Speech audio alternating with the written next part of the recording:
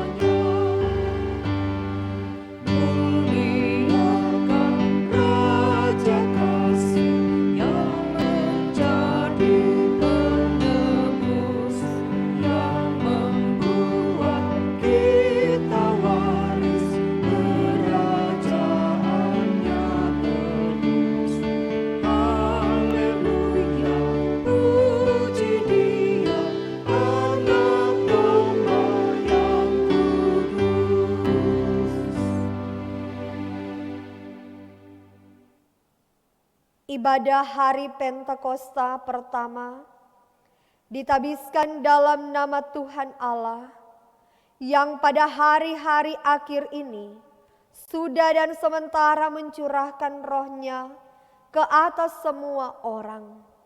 Amin. Salam kasih dari Tuhan Allah, Bapa dalam Yesus Kristus dan melalui Roh Kudus bagi saudara-saudara sekalian. Haleluya. Dan bagi saudara juga, haleluya. Kita sambut dengan melakukan klik nomor 146, Roh Kudus kau hadir di sini.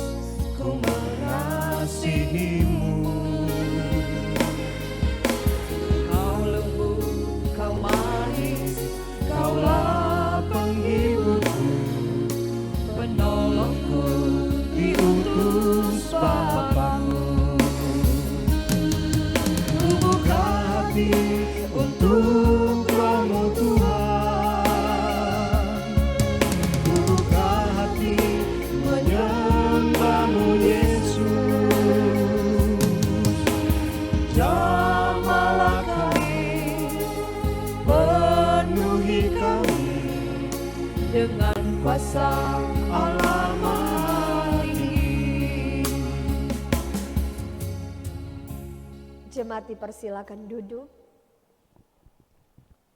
Tuhan adalah pengasih dan penyayang. Dia selalu menunjukkan wajah-Nya kepada kita.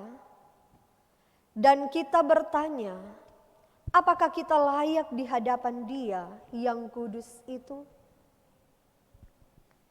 Baiklah kita jujur terhadap diri kita dan terhadap Dia, Allah yang kudus. Datanglah di hadapan-Nya dan akuilah kelalaian kita, ketidaksungguhan dalam tugas pelayanan kita, serta keikutsertaan kita dalam dosa-dosa dunia masa kini. Marilah kita mengakui segala kegagalan dan melaksanakan kehendak-Nya, dan kita pinta kemurahan-Nya lagi. Mari kita berdoa. Ya Tuhan Allah, kembali lagi kami datang kepadamu. Kami menaikkan ucapan syukur dan terima kasih untuk setiap perbuatan-Mu dalam perjalanan kehidupan kami. Selalu kami merasakan betapa besarnya cinta kasih-Mu dalam hidup kami. Namun terkadang kami sering kali melakukan apa yang tidak berkenan di hadapan-Mu. Sering kali kami lebih suka menyenangkan hati kami daripada kami menyenangkan Engkau. Karena itu Bapa, di saat ini dengan kepala yang tertunduk, mata yang tertutup, namun hati kami terbuka di hadapan-Mu. Tidak ada satupun yang tersembunyi di hadapan-Mu. Engkau yang mengenal setiap pribadi kami. Sebelum kami berucap, sebelum kami bertindak, bahkan sebelum kami berpikir, sesungguhnya Engkau telah mengetahuinya. Karena itu Bapa, jika ada perkataan, tindakan, pikiran yang tidak berkenan di hadapan-Mu, ampunilah kami. Baharuilah kehidupan kami Bapa, sehingga dosa tidak menghalangi kami untuk menerima kasih yang Engkau berikan dalam perjalanan kehidupan kami. Terima kasih banyak Bapa di surga. Engkaulah juru selamat kehidupan kami, yang rela mati, bangkit, dan naik ke sorga demi kami umat manusia. Di dalam nama Tuhan Yesus kami berdoa dan bersyukur. Amin. Kita sambut dengan melakukan NNBT nomor 31, Dalam Dunia Penuh Kemelut.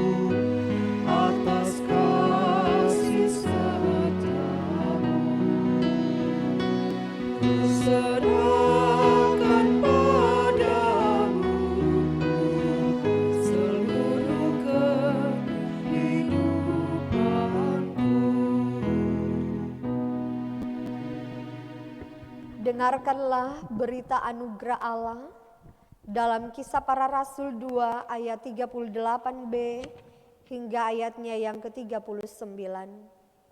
Bertobatlah dan hendaklah kamu masing-masing memberi dirimu dibaptis dalam nama Yesus Kristus untuk pengampunan dosamu.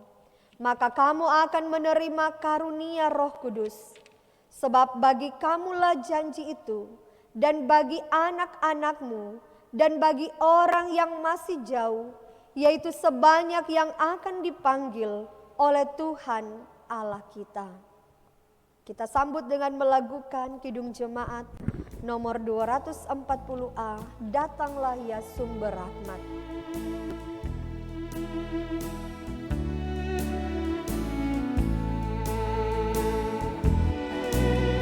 Datanglah ya sumber rahmat, selaraskan hatiku, menyanyikan kasih selamat yang tak kunjung berhenti.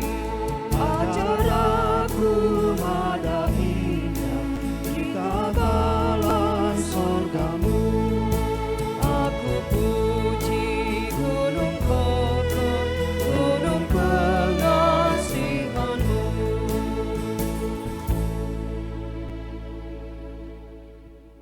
Saudara-saudara, dengarkanlah ajakan untuk hidup menurut Roh dalam Galatia pasal 5 ayat 13 hingga ayatnya yang ke-26.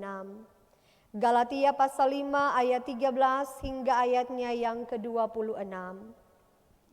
Saudara-saudara, memang kamu telah dipanggil untuk merdeka, tetapi janganlah kamu mempergunakan kemerdekaan itu sebagai kesempatan untuk kehidupan dalam dosa.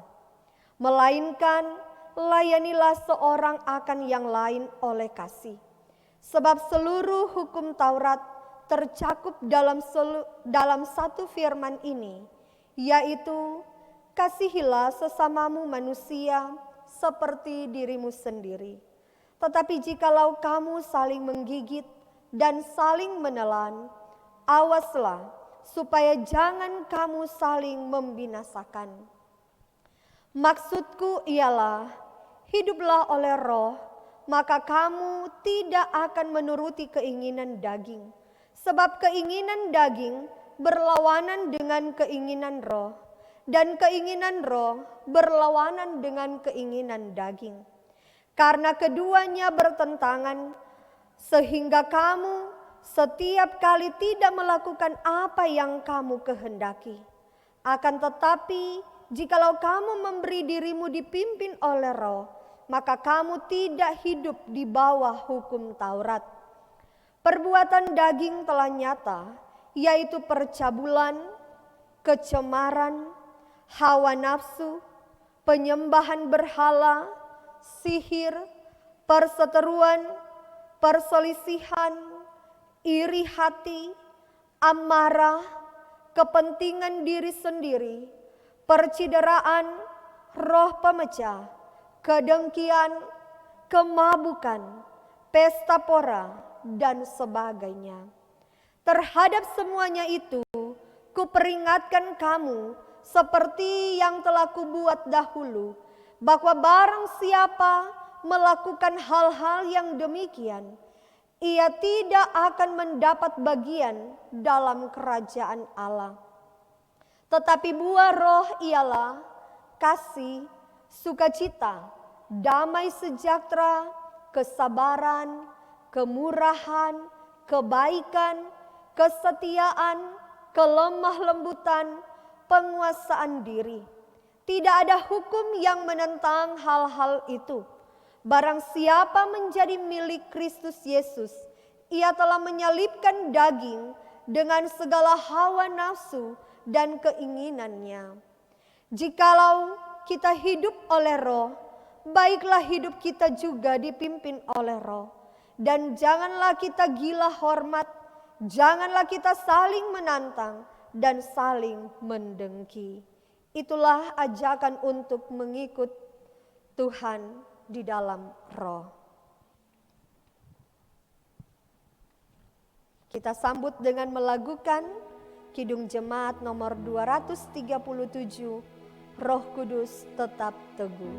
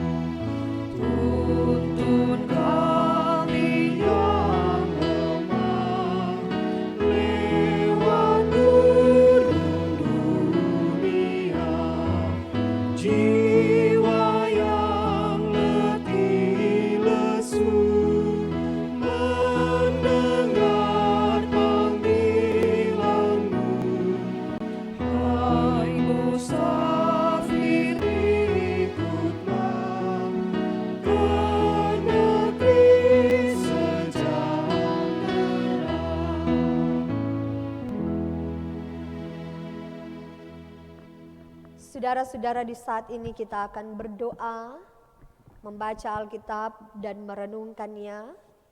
Dan firman Tuhan nantinya akan disampaikan oleh Pendeta Yani Rende, Master Teologi, selaku Wakil Sekretaris Bidang Data dan Informasi Sinode Gemim. Saudara-saudara yang dikasihi Tuhan Yesus Kristus, mari kita berdoa untuk pelayanan firman Tuhan.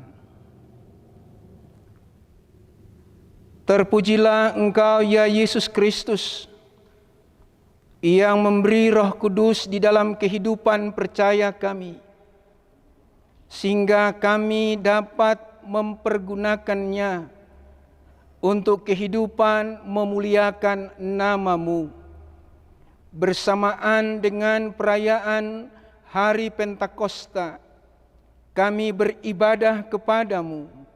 Dan di dalam persekutuan beribadah ini, kami akan membaca, mendengar, dan merenungkan berita firman-Mu. Dalam kuasa Roh Kudus-Mu, kami ada di dalam firman-Mu.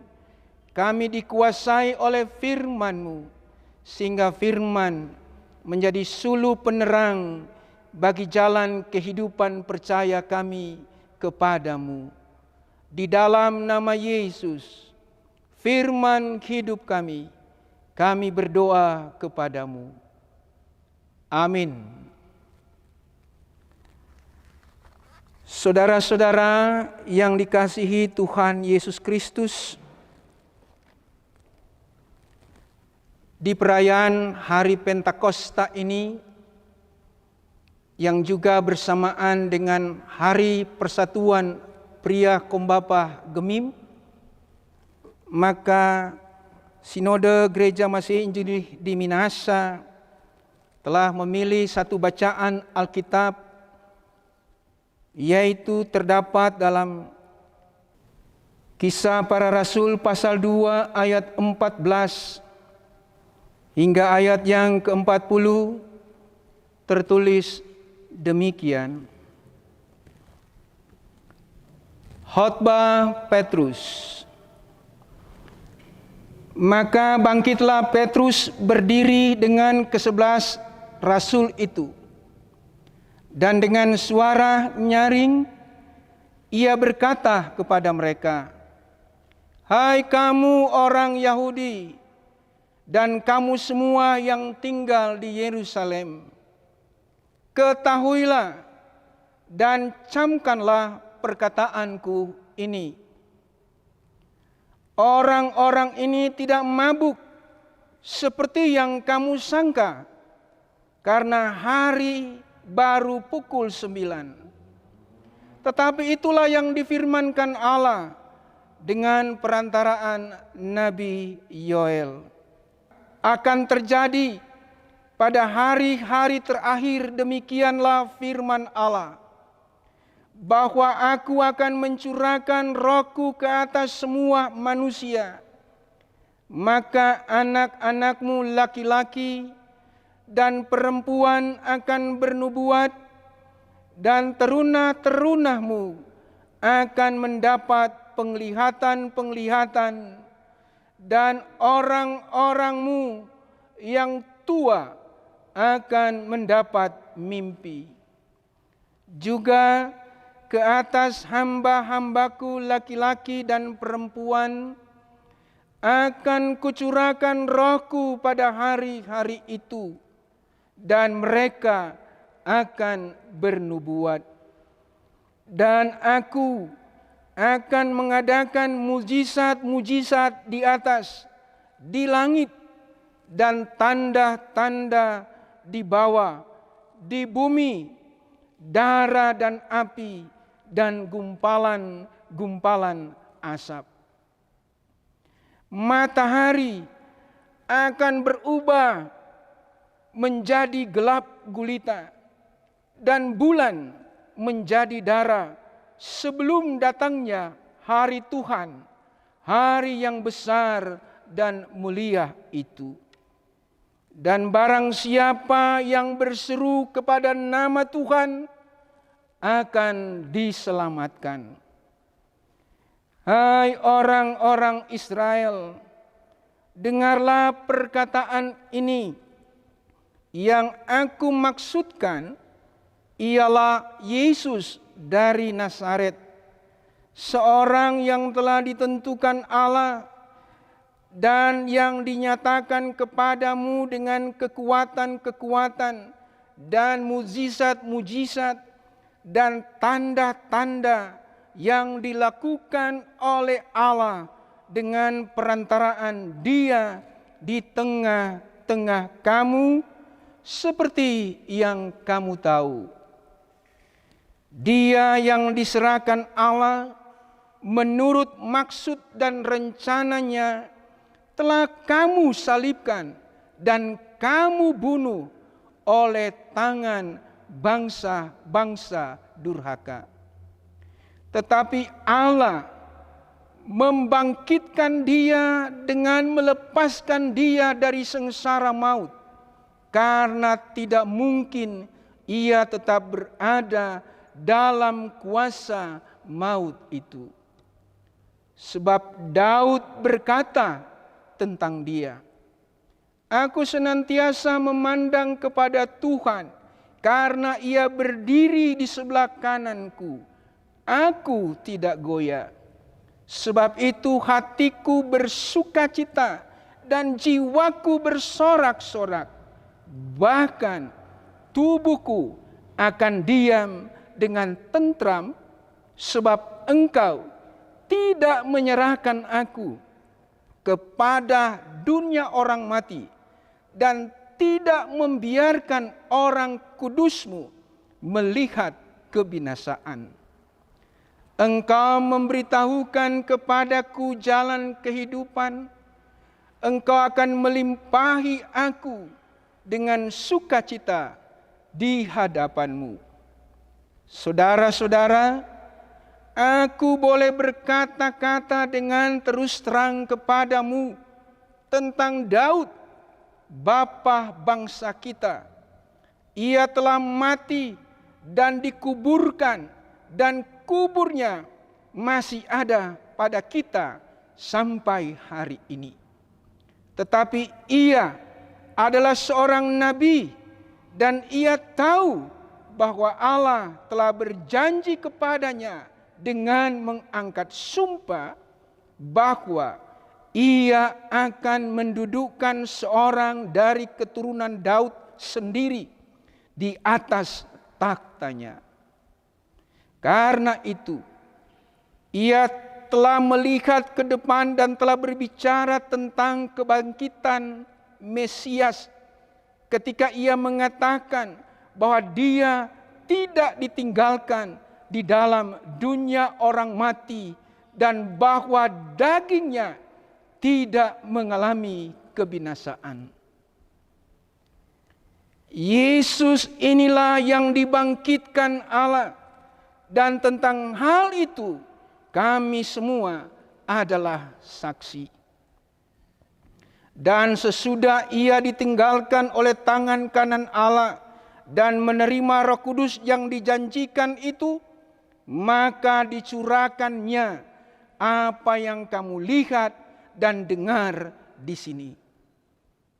Sebab bukan Daud yang naik ke sorga, malahan Daud sendiri berkata, Tuhan telah berfirman kepada Tuanku, duduklah di sebelah kananku sampai ku buat musuh-musuhmu menjadi tumpuan kakimu.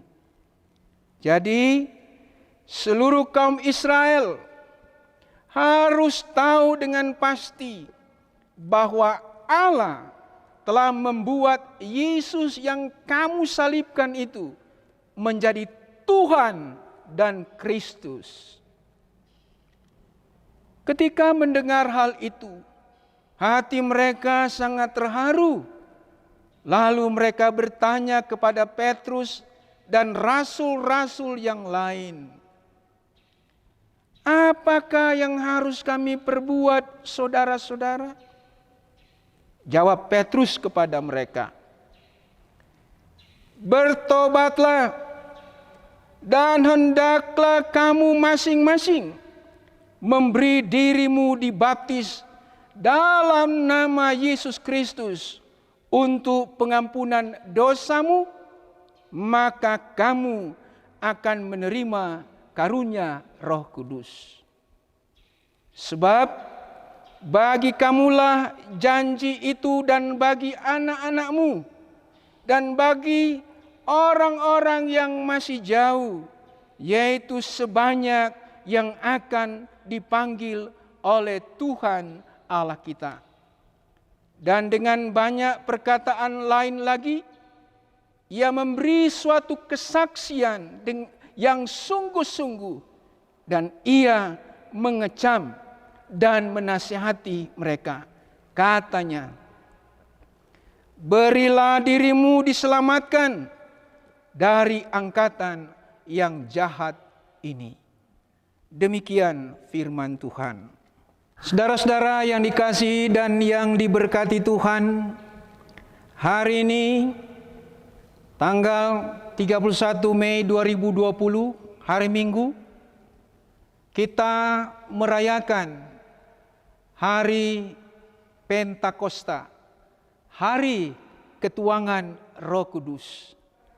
Kalau mau ditilik ke belakang, perayaan Pentakosta ini adalah satu kebiasaan keagamaan orang Yahudi di zaman Perjanjian Lama yang merayakan hari ke-50 sesudah Paskah, yaitu keluarnya bangsa Israel dari Mesir.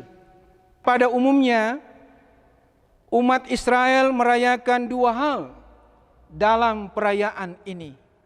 Yang pertama adalah berhubungan dengan kebaikan Allah karena panen telah berhasil, dan yang kedua berhubungan dengan pemberian hukum Taurat kepada Musa. Jadi pada saat orang Yahudi berkumpul di Yerusalem merayakan hari Pentakosta, maka pada saat itulah terjadi peristiwa ketuangan Roh Kudus seperti yang dicatat oleh pasal 2 ayat 1 sampai ayat 13. Pada bagian ini, bacaan yang kita baca hari ini, saat Roh Kudus turun ke atas para murid, terlihat mereka itu menerima kuasa yang dijanjikan oleh Tuhan. Terjadi sebuah perubahan yang luar biasa kepada murid-murid Tuhan. Kita lihat salah satu contoh adalah Petrus. Petrus yang pernah menyangkal Yesus sebanyak 3 kali dan sempat tidak percaya pada kebangkitan Kristus. Setelah menerima kuasa Roh Kudus, mengalami sesuatu yang luar biasa di dalam dirinya. Petrus dengan penuh keberanian bangkit dan menyampaikan kebenaran firman Tuhan dan menyatakan kepada semua orang tentang Yesus Kristus yang telah mengalahkan maut dan bangkit dari kematian. Maka kita akan mendapati 4 hal dari khotbah Petrus itu. Hal yang pertama, saudara-saudara, kita lihat dalam ayat 14 dan 15. Petrus menolak tuduhan yang mengada-ada. Ayat 16 sampai ayat 21. Petrus menjelaskan bahwa peristiwa di mana rasul-rasul itu berbahasa roh adalah penggenapan dari nubuat Nabi Yoel. Hal yang ketiga, dalam ayat 22 sampai 36. Di situ Petrus memberitakan Injil tentang Yesus Kristus. Dan hal yang keempat adalah dalam ayat 37 sampai 40. Terlihat di situ buah-buah roh sebagai hasil dari pemberitaan Injil. Mari kita lihat apa yang disampaikan, apa yang dipersaksikan Petrus ketika dia menolak tuduhan yang mengada-ada itu.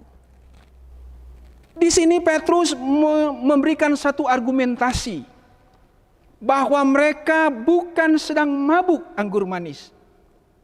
Sebab pada waktu itu masih jam 9 pagi. Saudara-saudara, biasanya orang mabuk yang dicatat dalam Alkitab itu terjadi pada waktu malam. Coba kita lihat, bandingkan dalam 1 Tesalonika pasal 5 ayat 7. Dan Petrus menjelaskan demikian, sebab sebelum jam 9 pagi pada hari Sabat atau hari-hari raya lainnya, orang-orang Yahudi Ortodoks itu tidak akan makan atau minum. Dan biasanya mereka tidak akan minum anggur, kecuali kalau sedang makan. Maka di sini kita lihat dengan tegas dan berani, Petrus mendobrak pemahaman atau stigma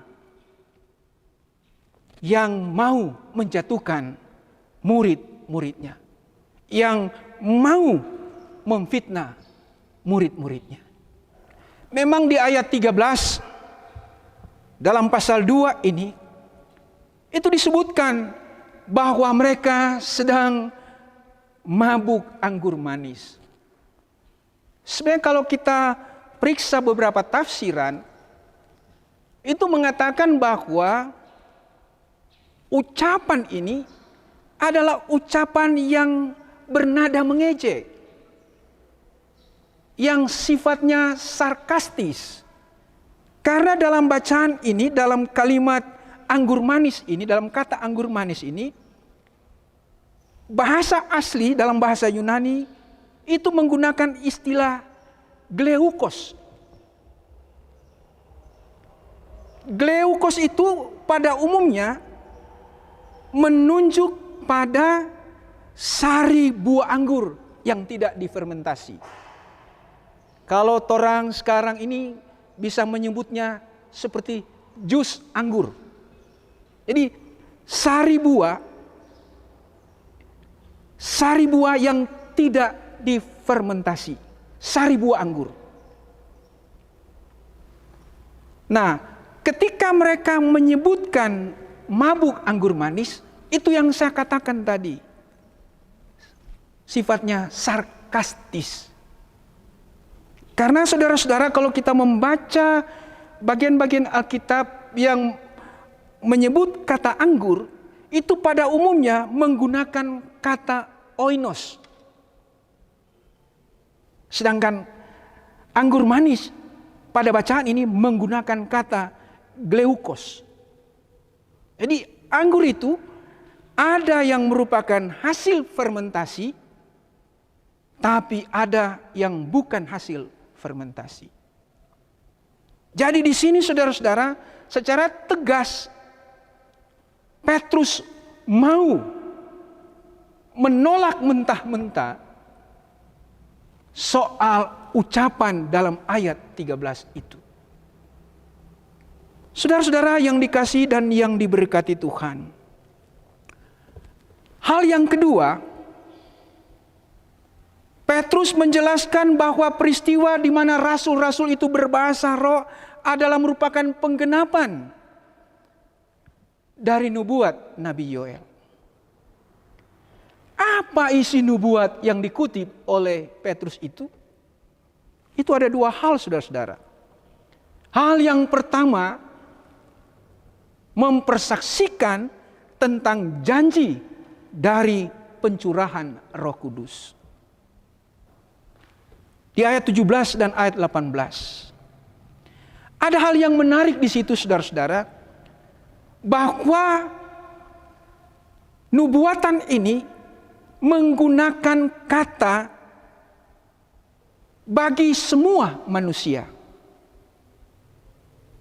Padahal kita ketahui dalam perjanjian lama, dalam tradisi perjanjian lama, orang-orang yang diberikan kuasa roh itu terbatas. Tidak semua orang. Hanya orang-orang tertentu. Seperti misalnya nabi, imam, dan raja. Nah, isi dari nubuatan Nabi Yoel yang menyebutkan tentang bagi semua manusia, itu sungguh luar biasa. Nubuat yang dicatat dalam perjanjian lama dan digenapi dalam perjanjian baru.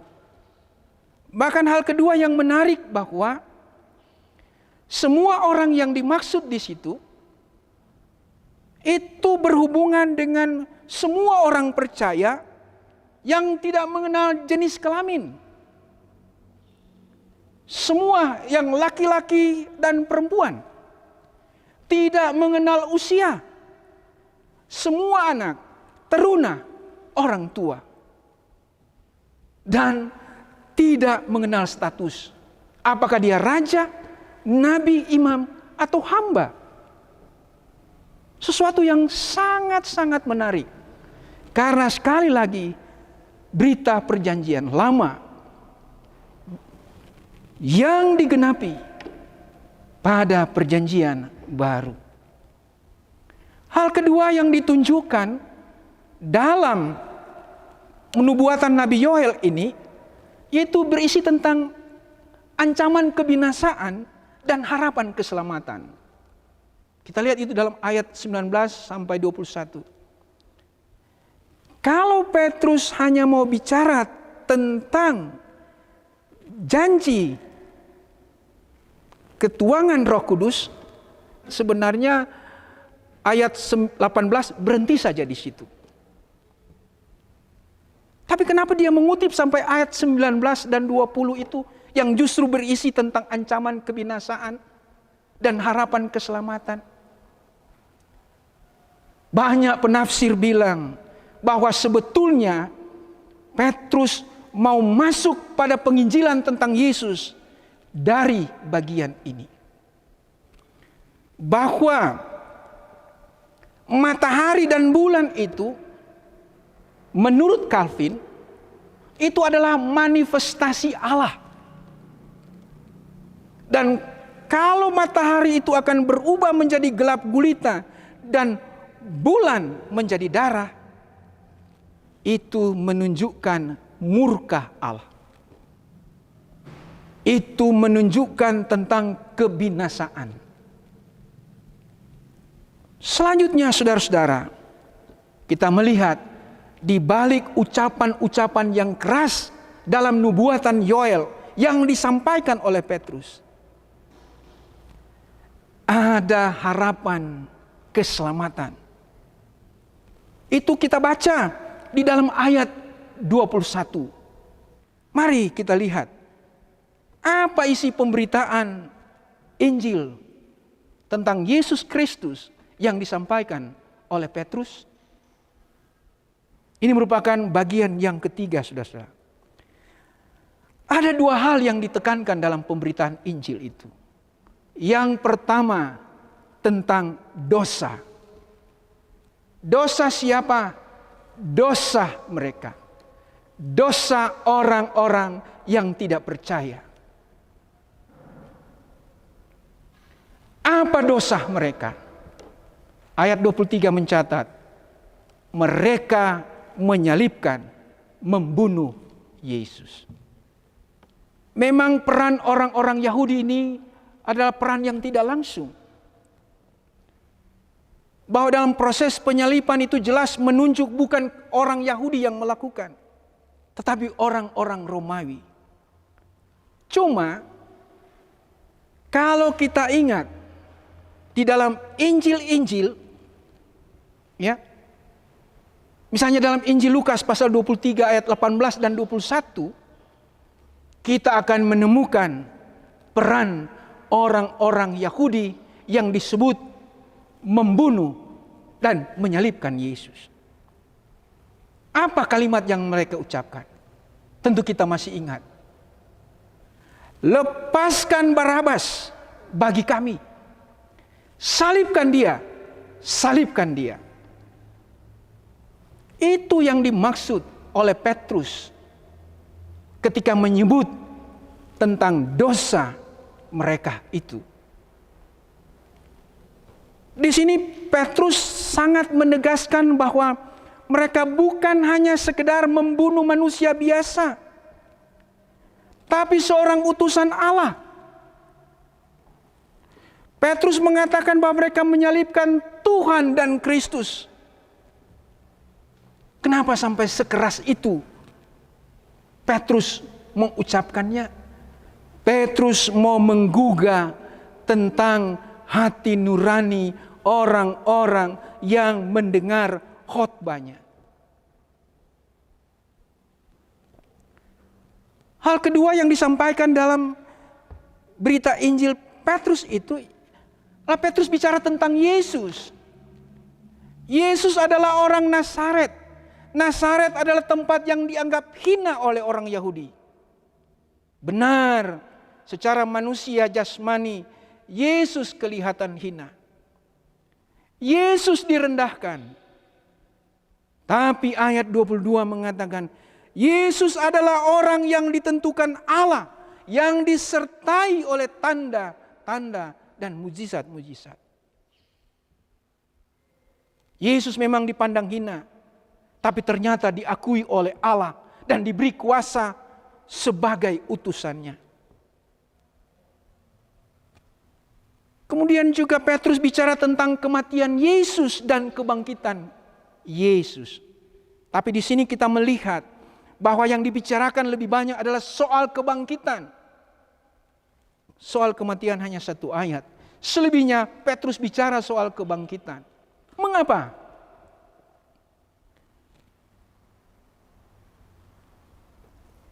Seorang ahli Alkitab, John Stott, mengatakan bahwa penginjilan dalam kisah para rasul ini lebih menekankan kebangkitan karena pada umumnya penginjilan itu dilakukan kepada orang-orang Yahudi. Orang-orang Yahudi ini membutuhkan pengertian bahwa Yesus itu adalah Mesias yang mereka nanti-nantikan.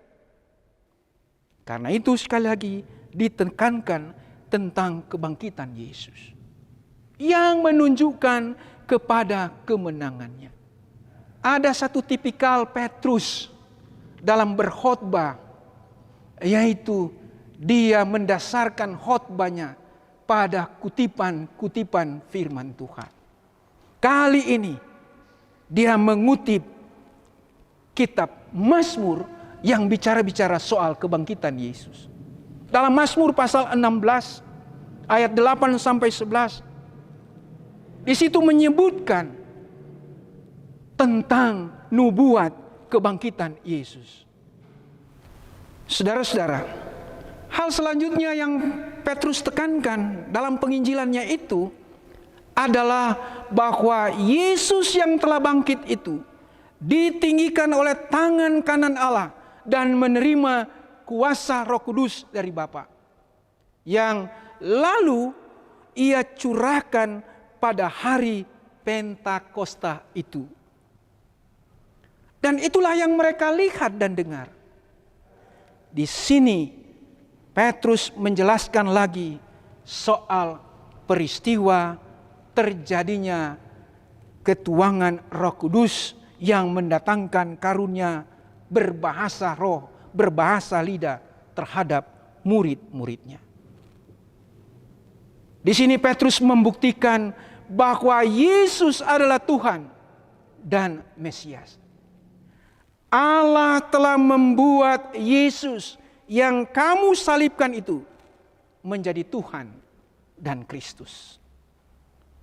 Saudara-saudara yang dikasihi dan yang diberkati Tuhan, bagian yang terakhir mempersaksikan tentang buah-buah roh sebagai hasil dari pemberitaan Injil. Itu dalam ayat 37 sampai ayat 40. Apa-apa saja yang kita bisa lihat, kita bisa baca dari buah-buah roh itu? Yaitu pertama, kesadaran untuk bertanya. Apa yang harus kami perbuat? Sebuah kesadaran yang tidak datang begitu saja, tapi sebuah kesadaran sebagai hasil dari sebuah pemberitaan Injil yang luar biasa. Apakah yang harus kami perbuat? Pertanyaannya dijawab oleh Petrus, singkat, padat, dan jelas. Pertama, bertobat. Kedua, memberi diri dibaptis untuk pengampunan dosa. Ketiga, menerima kuasa Roh Kudus.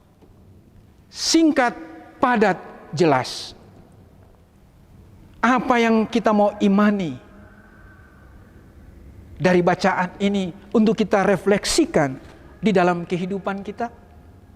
Ketika kita merayakan hari Pentakosta ini di suasana pandemi COVID ini. Pertama,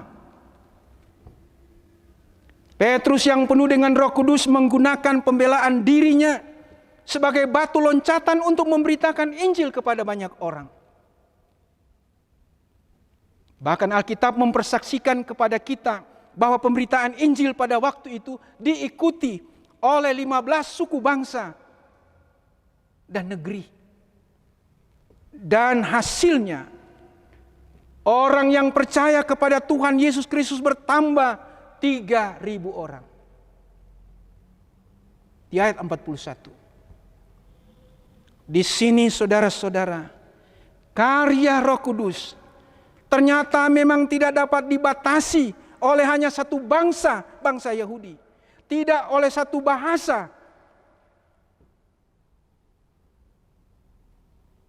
Sekali lagi, tidak dibatasi oleh satu bangsa dan satu bahasa. Sementara ada kelompok yang berusaha membatasi kerja Roh Kudus. Yang menganggap dirinya penuh dengan Roh Kudus dan orang lain tidak penuh dengan Roh Kudus. Yang menganggap gerejanya penuh dengan Roh Kudus, gereja yang lain tidak penuh dengan Roh Kudus.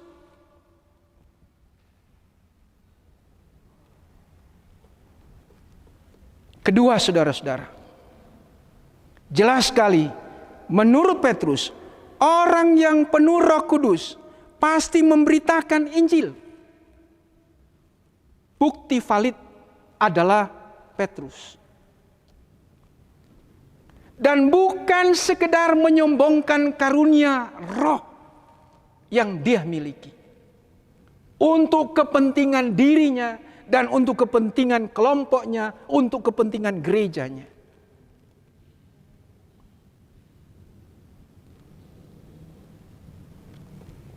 Ada orang-orang tertentu mengklaim diri memiliki kuasa Roh Kudus. Sehingga mau menghakimi orang. Menganggap diri benar dan orang lain salah. Karena merasa dikuasai oleh kuasa Roh Kudus. Saudara-saudara, saya pernah disampaikan dalam satu seminar bahwa setiap orang yang mengaku percaya kepada Kristus, Roh Kudus diam di dalamnya. Dan Roh Kudus dapat mencurahkan kuasa rohnya kepada orang-orang tertentu. Tapi Roh Kudus yang dicurahkan itu tidak bersifat menetap.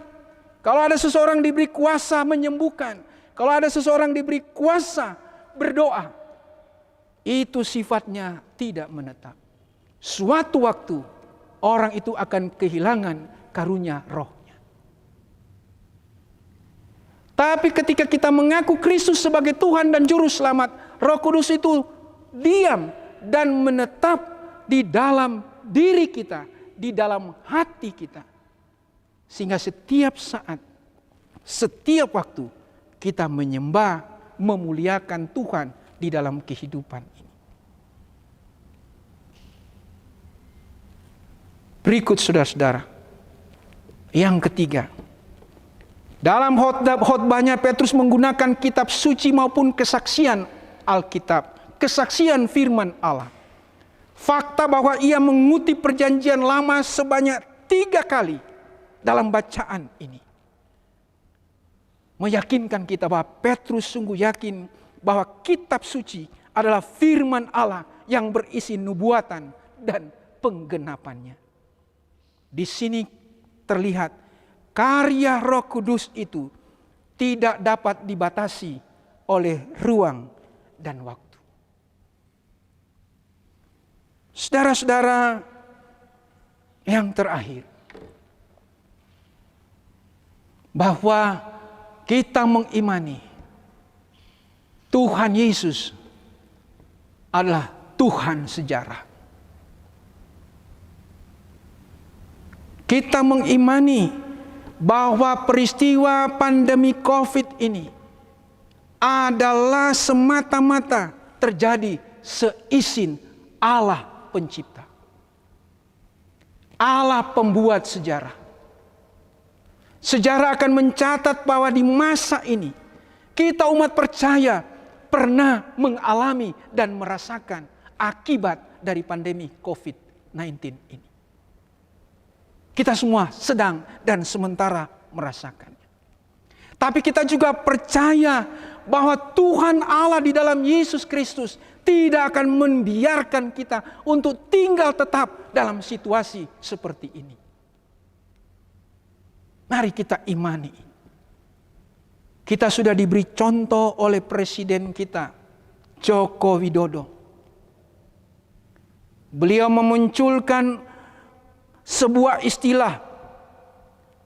Kita akan menuju kepada peradaban baru, new normal. Apa maksud istilah itu? Istilah itu menunjuk pada sebuah perubahan budaya masyarakat untuk berperilaku hidup sehat.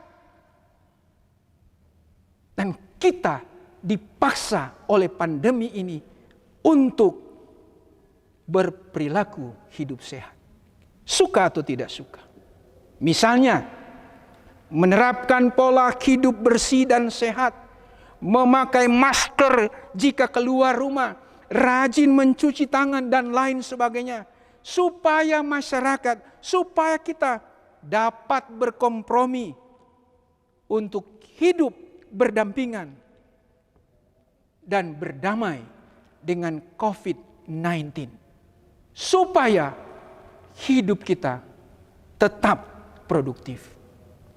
Mari kita imani itu di suasana hari Pentakosta. Tuhan Yesus memberkati. Amin.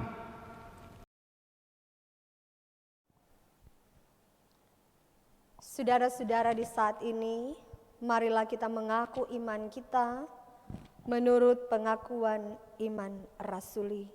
Jemaat diundang berdiri. Aku percaya kepada Allah, Bapa yang Maha Kuasa, Khalik langit dan bumi, dan kepada Yesus Kristus anak Allah yang tunggal Tuhan kita, yang dikandung daripada Roh Kudus, lahir dari anak darah Maria, yang menderita di bawah pemerintahan Pontius Pilatus, disalibkan, mati dan dikuburkan, turun ke dalam kerajaan maut, pada hari yang ketiga bangkit pula dari antara orang mati, naik ke sorga, duduk di sebelah kanan Allah Bapa yang Maha Kuasa, dan akan datang dari sana untuk menghakimi orang yang hidup dan yang mati. Aku percaya kepada Roh Kudus, gereja yang kudus dan am, persekutuan orang kudus, pengampunan dosa, kebangkitan daging, dan hidup yang kekal. Amin. Jemaat dipersilakan duduk. Di saat ini kita akan memberi persembahan, tapi dengarkanlah nas persembahan dalam Matius 5 ayat 7. Berbahagialah orang yang murah hatinya, karena mereka akan beroleh kemurahan. Sambil kita memberi persembahan, Kita angkat pujian NKB nomor 100 ayat 1 dan 2. Rindukah engkau mendapat berkat Tuhan?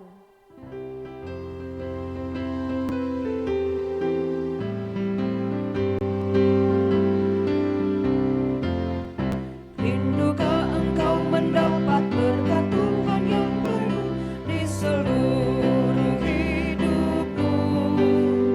Mintalah kepada Bapamu yang janjinya teguh menyertai langkahmu. Roh Kudus terus meluap di hatimu, karena Tuhan berpesan, bawalah bejanamu. Roh Kudus terus meluap di hatimu, mendengar kuasanya.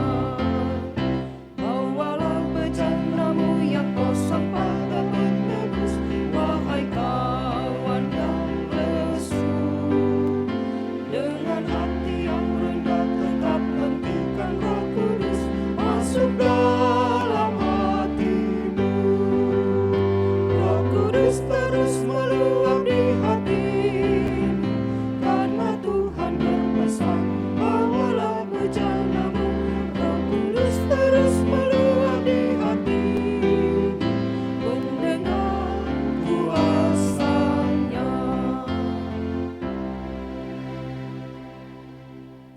Saudara-saudara, mari kita berdoa.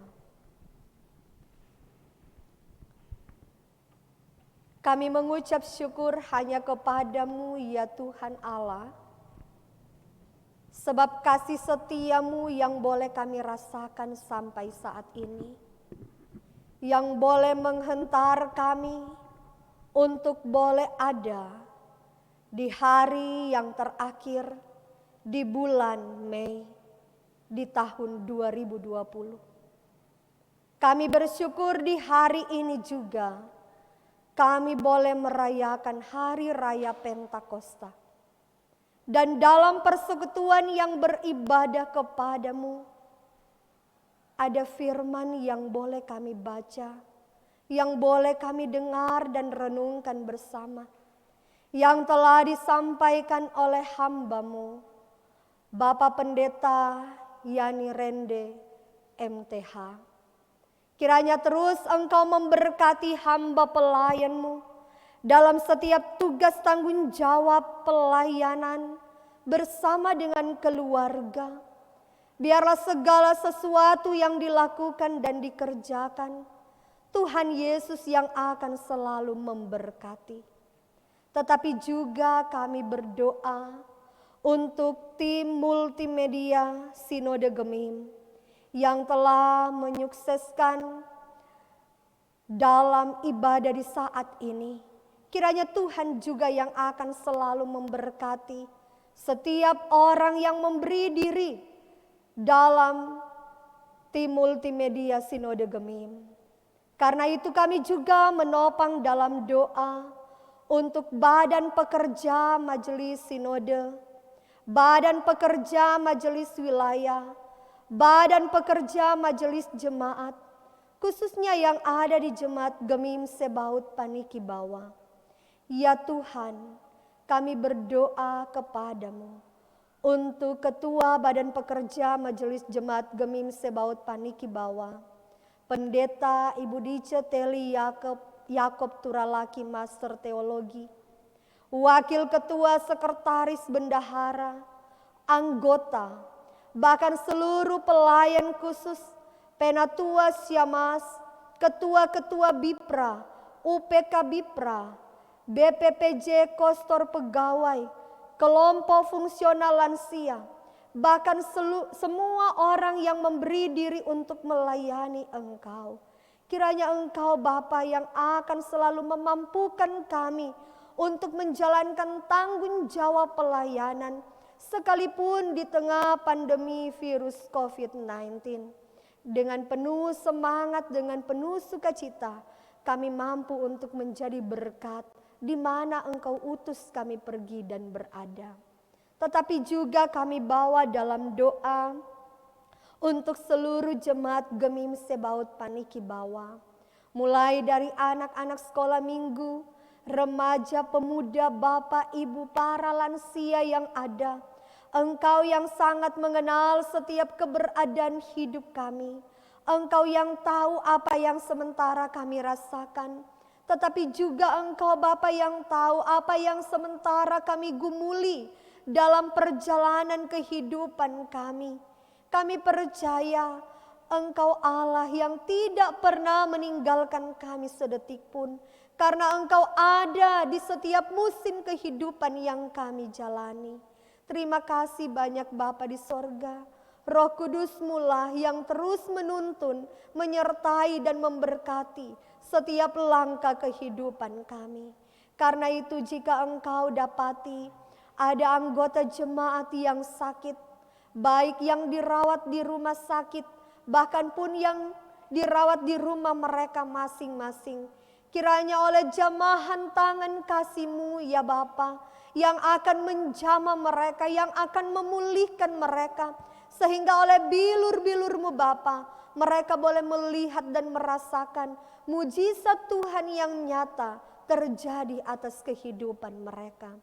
Tetapi juga kami berdoa kepada-Mu untuk jemaat yang boleh bersyukur menikmati berkat Tuhan atas ketambahan usia setahun, baik pribadi bahkan pun pernikahan, bahkan berkat-berkat Tuhan yang boleh dirasakan di sepanjang minggu yang telah lewat, bahkan pun minggu yang akan berjalan.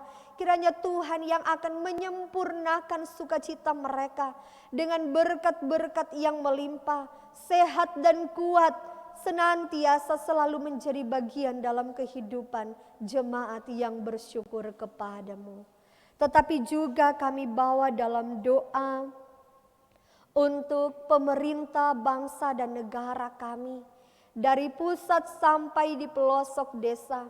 Tuhan kiranya memberi hikmat dan kebijaksanaan bagi para pemimpin kami, sehingga dengan arif dan bijaksana mereka mampu menjalankan tugas dan tanggung jawab pelayanan, karena Tuhan yang sudah menganugerahkan hikmat surgawi bagi mereka. Tetapi juga dalam mereka menangani virus COVID-19, kiranya Tuhan memampukan mereka agar apa yang mereka lakukan, apa yang mereka kerjakan, semua itu boleh berjalan dengan baik, sesuai dan seturut dengan kehendak Tuhan. Tetapi juga bagi kami selaku anggota masyarakat, senantiasa kami selalu dapat mengambil bagian bersama dengan pemimpin gereja, pemimpin masyarakat untuk memutus mata rantai penyebaran COVID-19. Kiranya Tuhan juga yang akan selalu mengingatkan kami bagaimana kami hidup berkenan di hadapan Tuhan. Ya Bapa di surga, kami pun berdoa kepada-Mu. Diberkatilah mereka yang membutuhkan uluran tangan kasih-Mu. Para janda, duda, fakir, miskin. Ya Bapa di surga, biarlah Engkau yang menjadi sobat yang setia, yang selalu ada di setiap kehidupan mereka. Sehingga dalam mereka menjalani kehidupan ini, mereka merasakan bahwa ada tangan Tuhan yang kuat, yang selalu merangkul dan menggendong kehidupan mereka. Terima kasih banyak Bapa di surga. Tetapi juga kami berdoa kepada-Mu untuk para medis. Di dalamnya ada dokter, perawat yang menangani virus COVID-19. Kiranya Tuhan memberkati mereka. Tuhan kiranya memakai mereka dengan hikmat surgawi.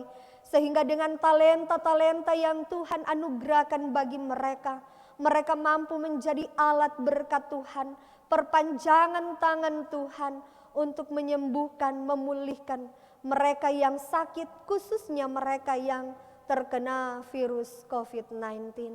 Tetapi juga diberi mereka kesehatan, diberi mereka kekuatan, sehingga dengan kondisi tubuh yang sehat dan kuat, mereka mampu menjadi alat berkat Tuhan.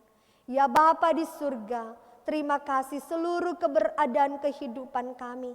Ketika kami hendak menjalani kehidupan di hari esok, biarlah kasih dan penyertaan Tuhan selalu menjadi bagian dalam kehidupan kami. Apa yang kami kerjakan, apa yang kami lakukan, bahkan apa yang kami butuhkan, biarlah Engkau Tuhan yang turun tangan, turut bekerja di setiap perjalanan kehidupan kami. Dan di saat ini juga Tuhan, kami berdoa kepadamu untuk semua kami yang boleh mengambil bagian dalam persekutuan di hari Minggu ini, di hari Raya Pentakosta pertama, baik pemain musik, Bapak Mario Sumakut, Prokantor, Bapak Cornelis Megawe, Pendeta Ibu Dice Teli Yakob Turalaki, bahkan tim multimedia, Saudara Juan dan Saudara Kristo, kiranya tetap terus Engkau memberkati kami semua dalam kami menjalankan tugas tanggung jawab pelayanan kami, diberkati oleh Tuhan. Dan kami sudah memberi persembahan, diberkatilah apa yang telah kami kumpulkan. Biarlah persembahan ini Tuhan boleh dipakai, boleh dikelola dengan baik, benar, jujur dan bertanggung jawab untuk hormat kemuliaan bagi nama Tuhan. Ini doa kami, ini syukur dan permohonan kami. Hanya di dalam nama Tuhan Yesus yang mengajar kami berdoa bersama. Bapa kami yang di surga, dikuduskanlah namamu. Datanglah kerajaanmu, jadilah kehendak-Mu di bumi seperti di surga. Berikanlah kami pada hari ini makanan kami yang secukupnya, dan ampunilah kami akan segala kesalahan kami, seperti kami juga tahu mengampuni orang yang bersalah kepada kami. Dan janganlah membawa kami ke dalam pencobaan, tetapi lepaskanlah kami daripada yang jahat, karena Engkaulah yang mempunyai kerajaan, kuasa dan kemuliaan sampai selama-lamanya. Amin. Saudara-saudara, di saat ini kita akan menutup ibadah kita, diundang berdiri, kita angkat pujian, klik nomor 106, peganglah tanganku Roh Kudus.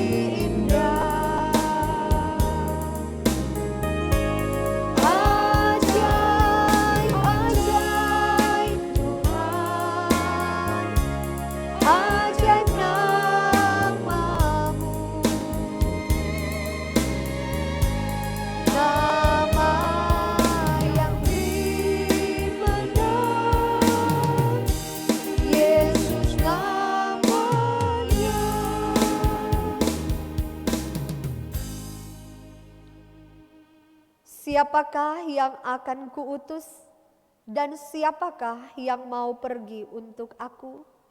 Ini aku, utuslah aku. Pergilah dan terimalah Roh Kudus. Kasih karunia Tuhan kita Yesus Kristus menyertai saudara-saudara.